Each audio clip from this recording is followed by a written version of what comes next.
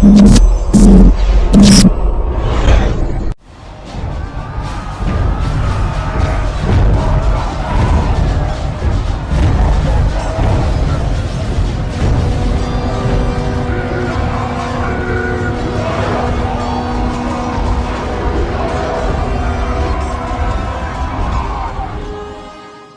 everybody, my name is Jordan, also known as JMonster, and you'll have to excuse my voice, I am a little bit sick today. Pardon me. But I do have a really exciting 1v1 to show you, and I'm going to be following that up with a couple of additional 3v3 fights. I believe both of which are potentially on this map. I think one is not, but you'll be seeing a lot of this map. It is the Haunted Moor. And this is actually one of the maps that I designed for our upcoming tournament, so that's pretty cool. Introductions aside, I'm going to be playing as the Avari today, one of the new factions in the new Silmarillion Total War of Wrath update. The Avari, for those of you not currently in the know, are very close-range focused, not a lot of anti-cavalry, no cavalry to speak of for themselves, but they do have some interesting little quirks, such as these units here. Thorn Ancients, nice tanky, good armor values, kind of middling melee defense and damage, but they do also have 8 HP and they're not super expensive. So you are able to field multiple units of them, which is what I've got today. Currently labeled as Spearmen. That's something I'll change in a future update before release. I've also brought, I believe, 3 to 4 units of Bowwards of the Darkling Woods. These are the sort of first line of defense really when it comes to being an anti-cavalry unit. 4 of them in total. They are actually quite quick, and they've got some additional bonuses against cavalry that other one-headed spearmen do not have. So it does kind of fill that gap a little nicely for the Avari, but you have to obviously be on your toes and thinking ahead when you're using infantry to counter cavalry who can move much more quickly. I've also brought, I believe, 3 to 4 units of the Thorncasters of Taudi and Menduinath. They are a really nice mid-tier supremacy unit. They've got harassment javelins, so lower damage, but high range and high ammunition. They've also got really good armor, especially relative to most of the Avari roster, which tends to clock in between 3 and 5. They've got 9, and they've got a passive shield value as well, to sort of represent their barky skin, giving them a little bit of additional protection against incoming missile fire. So, going to be really important today because I will be playing against the Philothrim. They're going to be my big damage sponges. So I've got some glades here of the Guarded Path as well. One of these has my general in it, the other one does not, but I've got 2 in total. I've also got, I believe, between 3 and 4 units of the Stonehewers of the Dark Woods. Now, I brought them because they're excellent at going toe-to-toe with other chaff units and coming out on top, as they do have a very solid damage value of 10, which you can upgrade to, I believe, 13, apparently, according to people who would know. The attack upgrade actually gives me like 3 points of damage, so you can really boost the attack value of these mid-tier units well beyond what a lot of the Philothrim units can handle easily. And I think I've also given some of them an experience chevron as well, so against unchevroned units they will have an extra point of damage, which makes them extremely efficient, although a little bit more expensive as a result. More Bowwards, more by Thorncasters and stuff here. More by Thorn Ancients as well. I think one of the units that I haven't currently placed is my Archer Corps, which is actually all the way over here already. So I've got 3 units of Moss Stalkers of the Darkling Woods. This is just to give me a little bit of backline support, especially against the Philothrim, who I'm expecting a more numbers-focused build from my opponent, as that's generally what he favors. And the more number-focused units for the Falas Elves are their light units, so these will be particularly proficient against them. But that's going to do for my army comp there. I think I've managed to get a full 20 stack with the Avari, which is quite nice. I didn't take any of their high-tier units, but I went for more of that mid-tier efficiency approach. We'll see how it works out for me. But now let's go ahead and take a look what my opponent Artorias is bringing to the battle today.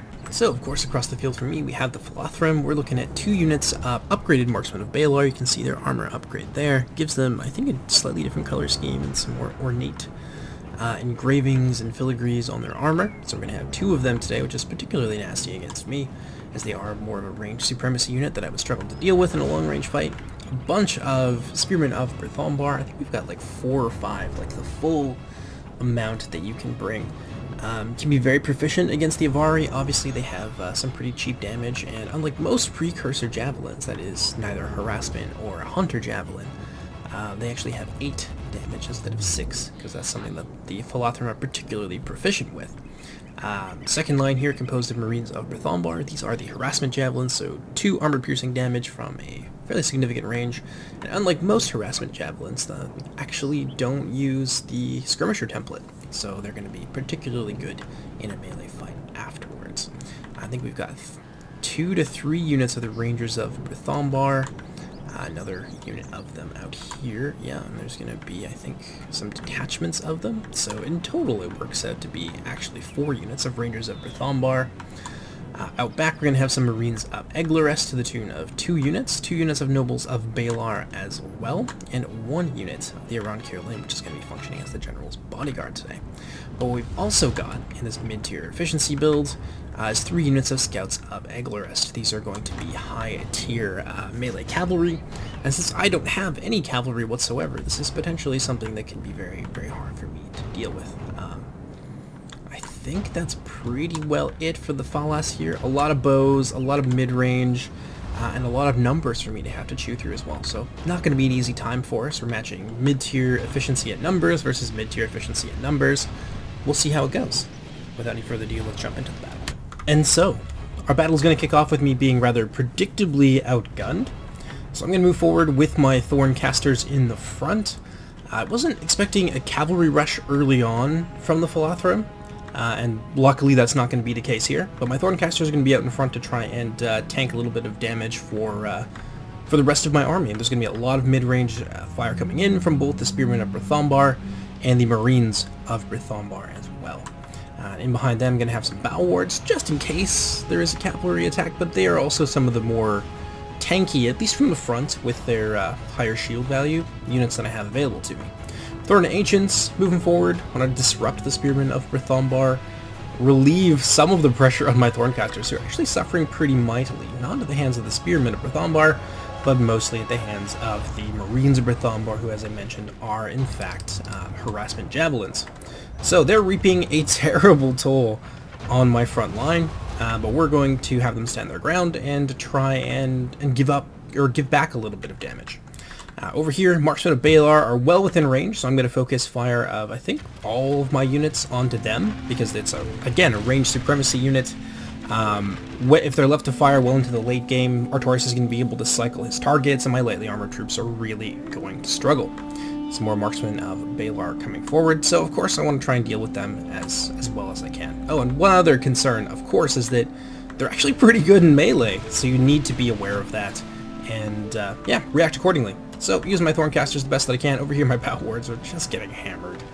And not in the good way. Not in the 4th of July, St. Patrick's Day sort of way. They're just getting butchered by that mid-range fire. Marines of Brithambar and the Spearmen of Brithambar teaming up, and they've just withered my Battle Wards on the vine. Thorncasters, however, have something to say about that. They've managed to get in relatively unscathed. Went down from, I think, 120 to 97, so it still hurts. But they're now picking on the Marines of Brithambar. I'm going to move forward with my Moss Stalkers and try and just deal whatever damage I can, try and thin out some of the back lines, especially the Marines of Brithambar, and just relieve a bit of the pressure. Now bring forward my reserves of Stonehewers as well. Yeah, try and basically use my ranged firepower from both my Thorncasters and my Moss Stalkers in tandem to potentially create some gaps or some holes in the line where I can really throw in my axe units and not have them get shot to death immediately on the approach. Over here, something to note, Rangers of Brithambar coming in, wanting to put a little bit of enfilading fire into perhaps my Stonehewers, or literally anything else. Luckily, I'm kind of defended a bit by this rock face here in this like large edifice, but it is something that I'm going to deal with my Battle Wards. I'm going to send them forward. Yeah. Meanwhile, over here, you can see some of the Nobles of Balar were being brought forward. Now, they're brought forward in response to me committing both of my units of Thorn Ancients, just to kind of disrupt things here, get in with the Marines of Brithambar, etc., etc. But when he did that, I actually shifted my attention away from the Marksmen of Balar over there. Did an okay amount of damage to them, killed about 30 models, and then I shifted their fire over onto the Nobles of Balar, because that's another one of the higher priority threats in this army. Everything else here, a lot of it's chaff. I can deal with pretty nicely with my stone hewers, especially the Spearmen of Bethombar, the Marines, and so forth. But the Nobles of Baelor and the other marksmen and stuff, they're a lot harder to break down. So I want to try and efficiently deal with them without sacrificing my numbers in the meanwhile. Bringing forward my shades here, but we got a bit of a problem here. My front line has become a little bit of a leaky sieve, so that's probably my fault. I do have, you know, some units in reserve that I'm moving up to try and plug this gap. Scouts of Eglarest are going to take a fight there with the Shades and the Thorned Ancients, with my Stone Hewers bearing down, but Artorias is definitely going to think twice about that. And, yeah, move to get out of there with the Scouts of Eglarest as quickly as he possibly can. Try to do a nice little rear charge here against my Bow Wards, who, despite the losses they've taken, they're holding on. This is the high Avarin base morale at work. But yeah, they will be not long for this world, but those Scouts of Eglarest are going to get bogged down here. Stone Hewers have managed to get on top of them. The fast-moving Thorned Ancients are in there as well, and slowly but surely we are whittling that unit down. Over here, bringing out my Bow Wards. Got a little tired of the Rangers of Bethombar. Now, I had deliberately placed them here. I don't know if I mentioned this earlier in the introduction, but the idea of putting them here was that he would try to bring his cavalry sort of around through the wooded area, and then I'd be able to catch him with the Bow Wards and deal some decent losses to him. But I can see that he's not really doing that. He's still got all the cavalry and stuff in the back here. Another 2 units just hanging out in the back. And, yeah, I can't let those Rangers of Bethombar kind of shoot me. This is all about disrupting his missile capabilities, as you've seen so far. We've done a pretty decent job at that. So, yeah, decided to use my Bow Wards, perhaps prematurely, and kill off these Rangers of Bethombar. They're going to have a very bad time against those Bow Wards. Meanwhile, over here, Scouts of Eglarest gingerly sauntering away when they should be in a full retreat, as my Shades are now being able to close the gap with them, kill off a few more, and it's going to leave them a little bit longer in range against my Moss Stalkers, who are going to be able to get some nice rear shots there. And the relatively light, they are medium cavalry, so around 6 or so armor. I think they've got 7 in total, but yeah, going to be able to shoot them from the rear, eliminate the benefit of their shield, and yeah, the losses will mount there. Over here, a little bit of chaos. I think some of these Marines of Brythombar have run out of ammunition, so now they're being brought forward to be tossed into melee. Marines of Eglarest, however, still have their javelins, and that's going to be an ugly thing for me. Over here, Nobles of Baelor being brought forward to deal with my Stone Hewers. Threw my Stone Hewers against some of those Marksmen of Baelor. Artorias was forced to commit some Rangers of Bethombar there as sort of chaff on the front lines, just to hold things down, and now he's cycling in another unit of the Nobles of Baelor, and that's going to be a bit of a problem for me. Red line is literally right here, and I don't have reserves I can easily or comfortably commit to try and wrap around these guys. Of course, there's still some Marksmen of Baelor in the back. They could countercharge me. There's still missile units and things like that. I just didn't want to get my guys shot up and surrounded by prematurely committing. Over here, we've managed to basically kill off that unit of Nobles of Baelor. That's a pretty big deal for us. That's probably one of the biggest hurdles to defeating the rest of this army, because, as I mentioned, it is mostly, not necessarily chaff, but, you know, mid-tier units. Over here, my Shades have managed to break through into some of these Rangers who still have ammunition, and my Stone Hewers are following suit as well. So we've effected a nice little breakthrough here. Rear charge from Artorias, really going to do a number on those poor Stone Hewers. We'll be able to kind of wrap around them with the Stone Hewers, and you can see some additional fire coming in from the Moss Stalkers. I was hoping this would be enough with the surround to kind of rout them off, but these Scouts of Eglarest, they are high-tier cavalry, good morale scores, and they're actually going to sit there and take it on the chin. I think if they were to sit there for a little bit longer, we might be able to rout them off, or at least kill them off in their entirety, but Artorias, I believe, pulls them out of here eventually. In the back now, my Moss Stalkers, some of them took a bit of a beating. I think they lost about 20 or so models, possibly from some ranged fire. More Stone Hewers being brought forward. This is my other unit of reserves from the woods on my left wing. Bow Wards doing what they do against the Rangers here. The Rangers put up a decent fight. Managed to kill about 12 or so models, but they will not be long for this world. But then I saw more Scouts of Eglarest being brought forward, and you can see there's a lot of like cycling infantry in here. And that's very much how Artorias likes to play. So that's kind of what I'm playing under the assumption that he's going to do. Over here, this was a little bit anomalous. Now, Artorias is one of our more experienced players. He's been around basically forever, helping out with the project. I was not sure what the purpose of this was. My Bow Wards were deliberately in a loose formation.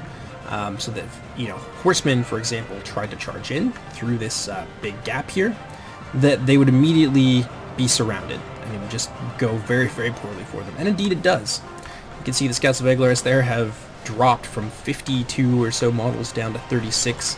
It's not fun. I'm going to quickly reform my bow wards here, check the advance of these Marksmen of Balar. I'm actually going to countercharge here because I didn't think I was going to be able to get that spear bracing bonus off in time.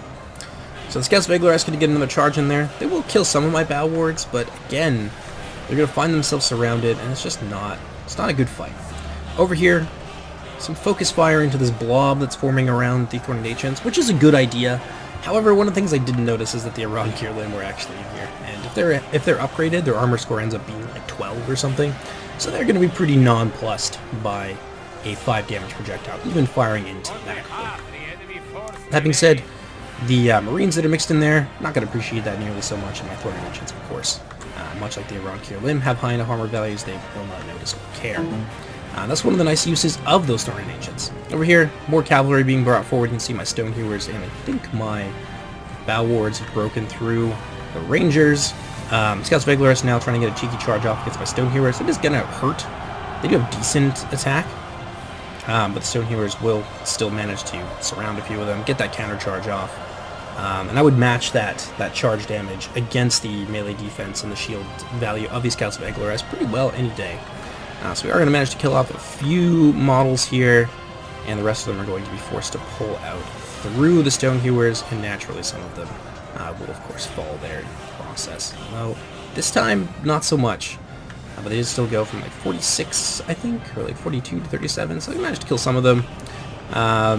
Rangers of Bathombar here being just completely sacked by my Thorned Ancients and my Stonehewers, who are now going to charge en masse, destroy these guys, and I've got, of course, my another unit of Stonehewers and my bow wards over here. Lots and lots of numbers, and there's not too much left for the Philothrum in terms of reserves that they can use to really stop that. Another honestly doomed charge. He has managed to kill off, you know, nearly 40 or so models, which is nice, and I can see him starting to try and pull through there, and I don't want him to be able to do that and get behind my lines. Obviously, that's the last thing I want. So I'm going to charge in there with some of the Mothstalkers. That armor piercing is going to help kill off some more of these Scouts of Eglaris, and you can see them begin to fall there at a fairly steady rate. Meanwhile, over here, it's really just a holding action from the remains of my Thorncasters and my Shades.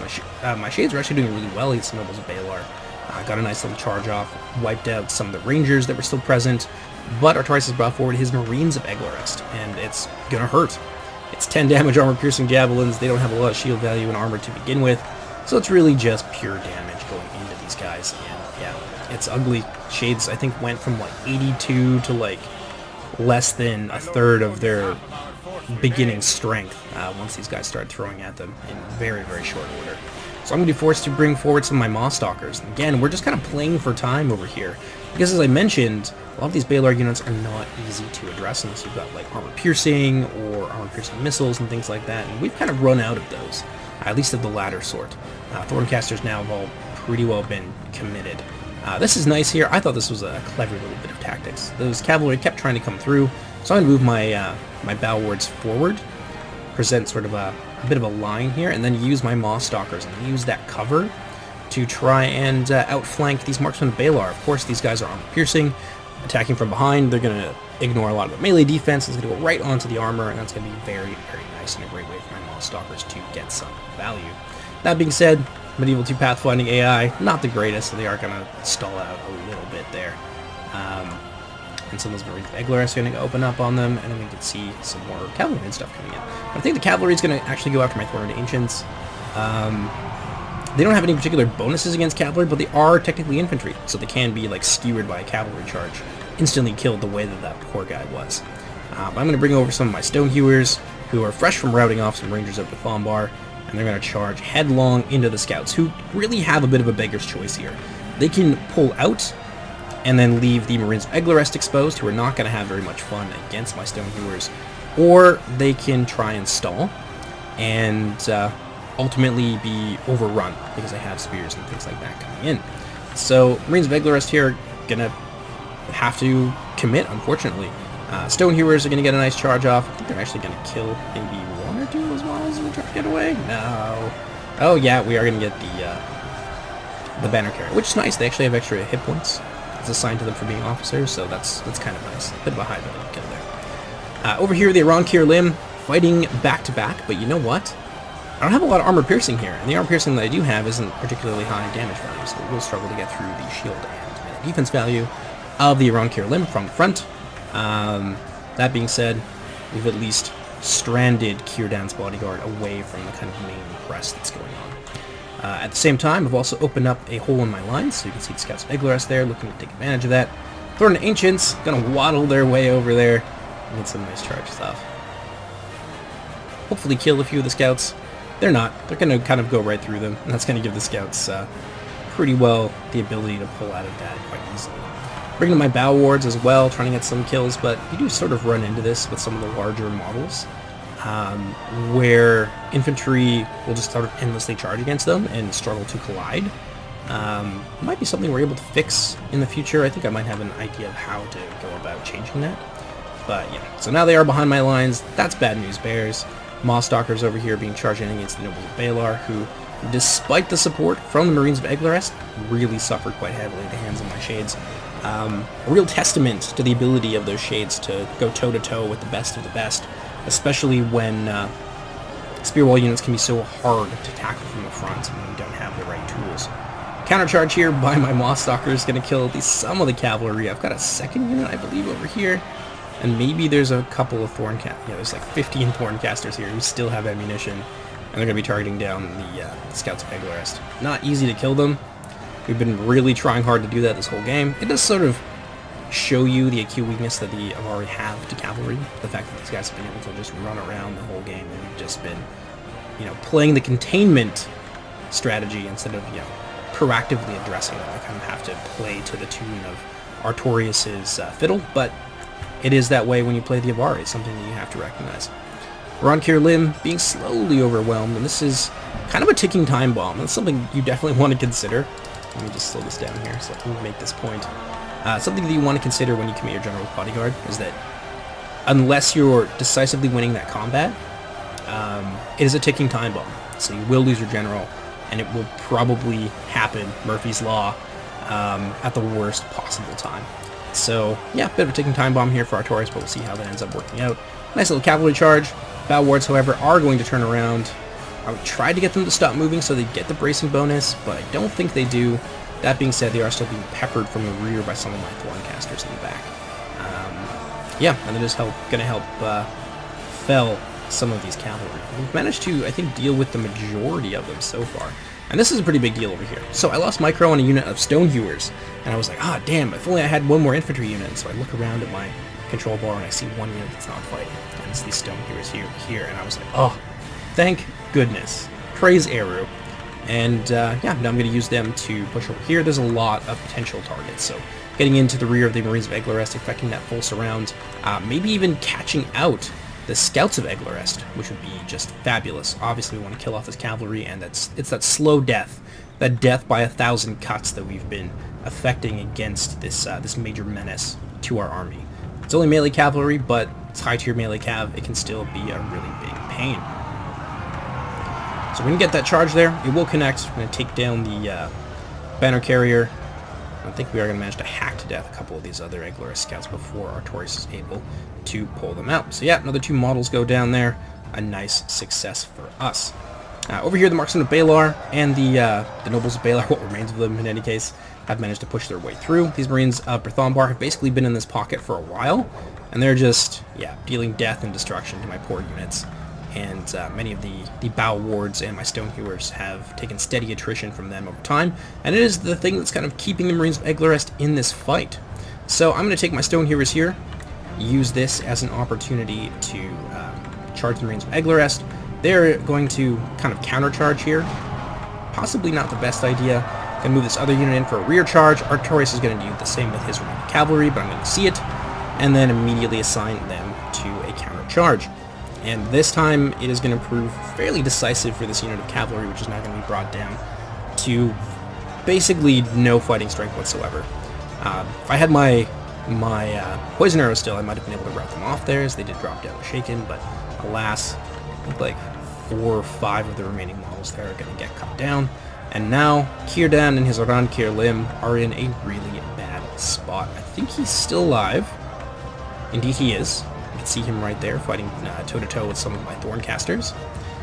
But, yeah, bad news bears for him. Stonehero is going to pull out again, go for another charge, trying to wipe out the scouts of Eglarest. Artorias will see it, pull out accordingly. But now I'm just going to have an opportunity here to run back and basically recharge the Lim. And that decisive moment where Círdan is going to be in some serious mortal peril is fast approaching. They're tired, down to just a simple 9. And they're going to suffer a big old charge here and then end up being surrounded.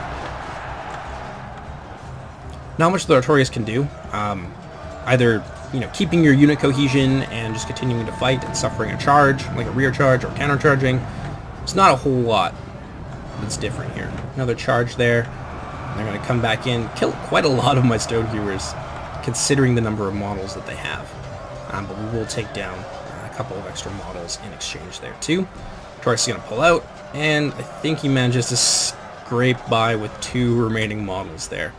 Marines of Bethombar run out of ammunition, and over here I've brought in my Thorned Ancients, what remains of them, along with some Bow Wards.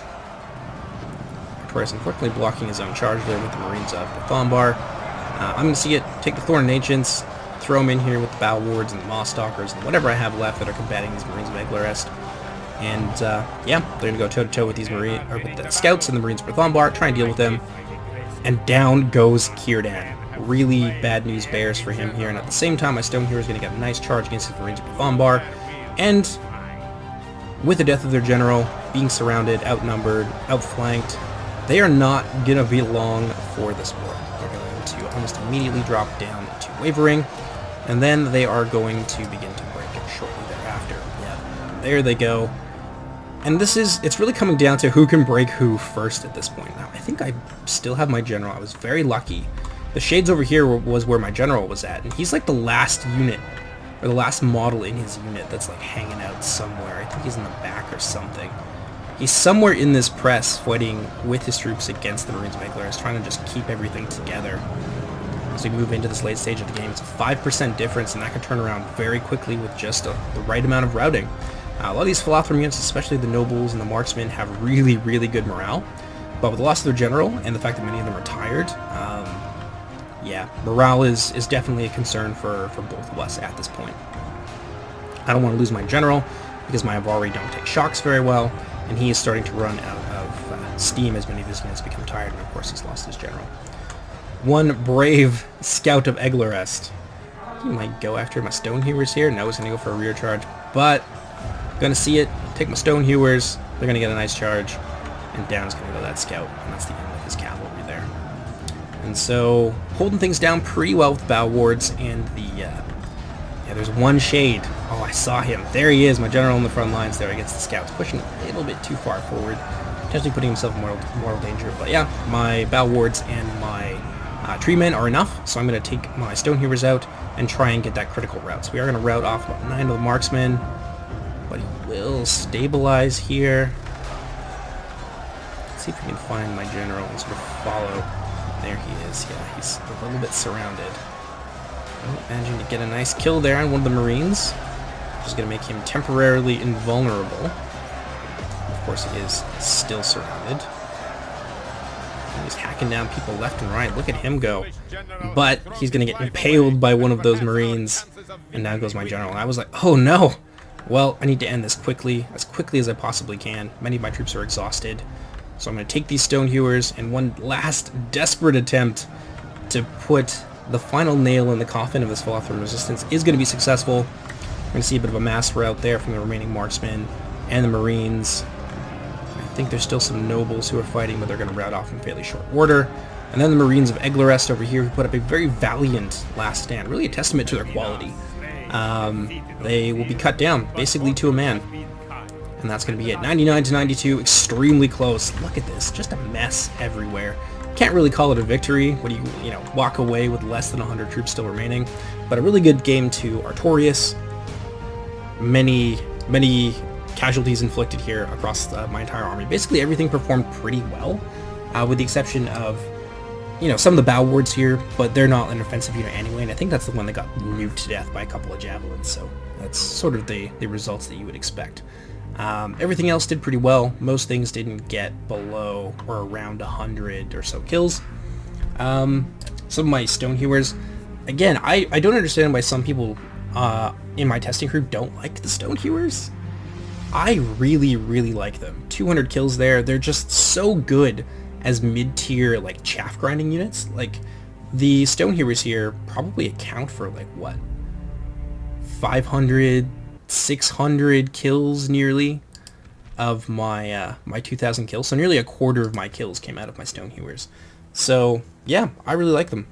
But in any case, my name is Jordan, also known as JMonster. Hope you guys have enjoyed this so far. I will have another 2 3v3s coming out in fairly short order, and I will maybe even before you even see this video, I will have another mechanics and meta video for Silmarillion that is a little bit more generally applicable to Medieval 2 as a whole, that will be available for you to enjoy. But in any case, my name is Jordan, also known as JMonster. Hope you enjoyed this, and I'll see you next time.